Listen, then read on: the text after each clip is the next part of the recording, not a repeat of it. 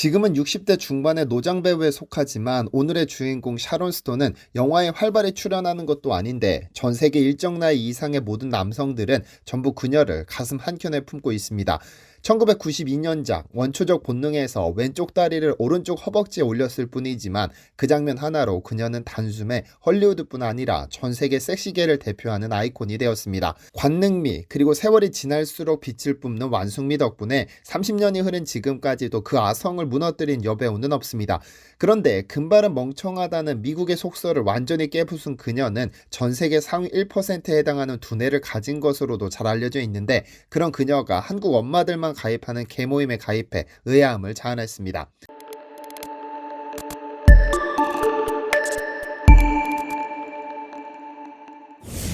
안녕하세요, 디스멘터리입니다. 지금은 많이 희석되기는 했으나 전 세계 엔터테인먼트 산업의 중심지는 여전히 헐리우드입니다. 영화 한 편 제작에 적게는 수백억, 많게는 수조 원에 이르는 천문학적인 돈을 거리낌 없이 투자하는 이유는 돈이 되기 때문입니다.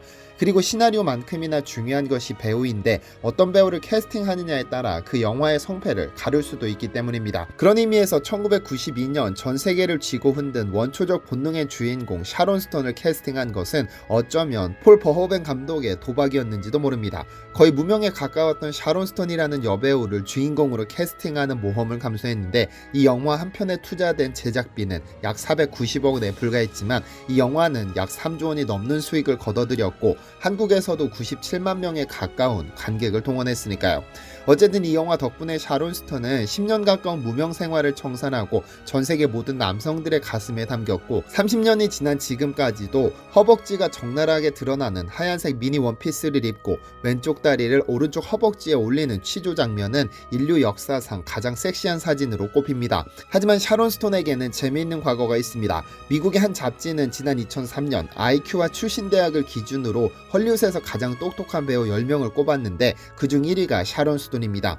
보통 미국에서 금발 여성은 멍청하다는 편견이 있고 헐리우드에서도 금발의 여배우에게 그런 역할을 맡기지만 샤론 스톤은 예외입니다. 전 세계 최고 똑똑한 사람들만 가입한다는 맨사는 IQ 156을 세계 상위 1% 천재로 꼽는데 샤론 스톤의 IQ는 헐리우드 상위 0.1%에 해당하는 154입니다. 관능미를 뽐내는 섹시스타의 대명사로 꼽히는 그녀가 IQ 154라는 사실이 놀랍기도 하지만 그녀는 아일랜드계 미국인으로 명문으로 꼽히는 펜실베니아의 에딘버러 대학교를 장학생으로 입학했을 만큼 뛰어난 두뇌를 가졌습니다. 펜실베니아 세거타운 고등학교를 조기 졸업한 그녀는 무려 19살에 대학교에 입학했죠. 그러나 소규모 모델 대회에 수상하면서 모델 일을 하고 싶었던 그녀는 중퇴 후 뉴욕으로 옮겨가 패션 모델로 활동했습니다. 잘하는 것보다는 좋아하는 일을 선택했고 그 선택은 적중했습니다. 모델이라면 누구나 꿈꾸는 프랑스판 보그 표지 모델로 등장하는 등 성공가도를 달렸으니까요. 그러다 1980년대 우디 앨런의 눈에 들어와 영화 스타더스트 메모리스로 헐리우드에 데뷔했지만 1992년 원초적 본능에 캐스팅되기 전까지 10여 년의 오랜 무명을 거쳐야 했습니다. 어쨌든 이 영화 한 편으로 그녀는 전 세계에서 가장 섹시한 여성이 되었고 예전에도 당시에도 앞으로도 그런 영화는 없을 겁니다. 그런데 위에서 잠시 언급했듯이 전 세계적으로 보더라도 상위 2%에 해당할 만큼 상당히 똑똑한 두뇌를 가진 그녀가 한국인 엄마 모임을 찾아왔습니다. 그룹 쿨 출신의 유리는 지난 2019년 똑똑한 코디만 베이비 캐슬이라는 프로그램에 등장해 LA 한인 엄마들의 브런치 모임에 관한 썰을 풀어냈습니다.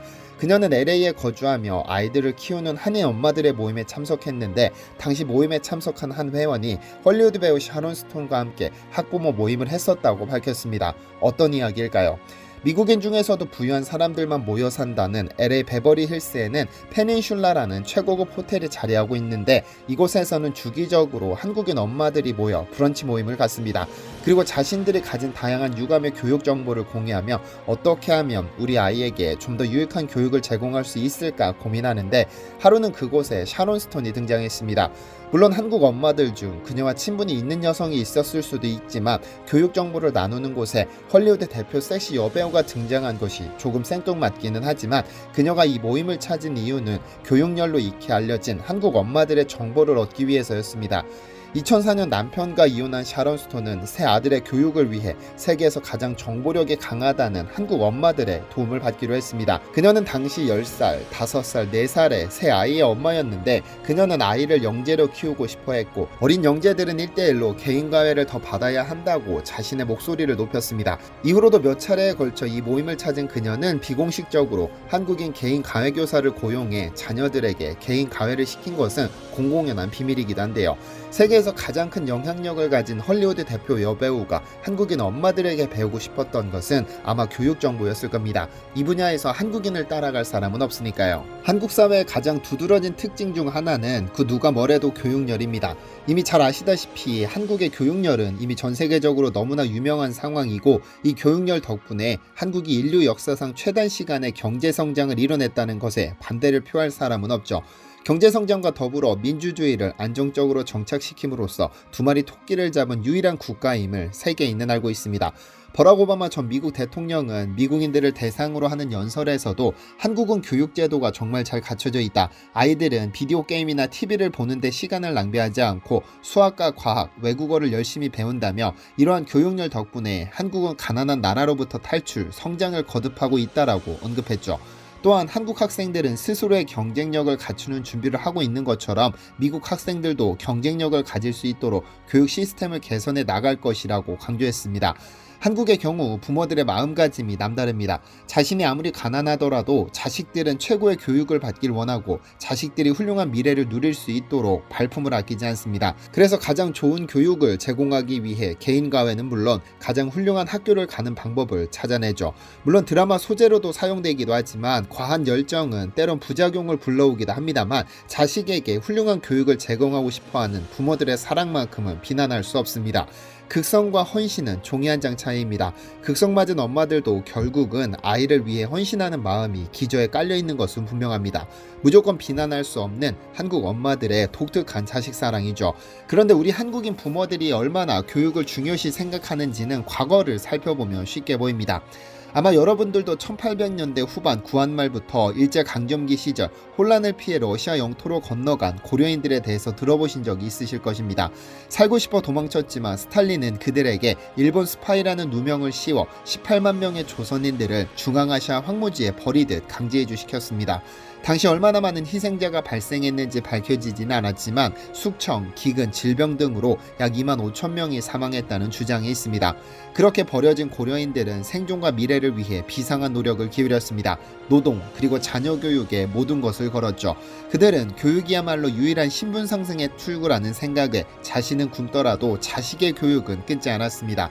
그래서 고려인 2세들의 대학 진학은 당연한 일처럼 여겨졌고 그 결과 고려인이 소련 내 최고 학력을 갖춘 집단이 됐습니다. 특히 1953년 스탈린 사망 후 소련 인민으로서 공민권을 인정받은 그들은 정치 참여가 허용되고 군사학교에도 입학할 수 있게 됐는데 이때부터 고려인 젊은이들이 대도시 고등교육기관으로 몰려들었습니다. 그리고 1960년대부터 사회 각 분야에서 고려인들이 속속들이 두각을 보이기 시작했는데 50여 년간 투자한 씨앗이 결실을 맺었다는 의미입니다.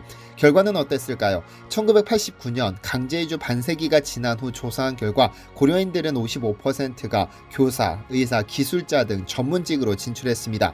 주목할 점은 과거엔 농민들이 대다수였으나 50년이 지나 그들은 전문직 종사자로 도시에 거주하고 있었죠.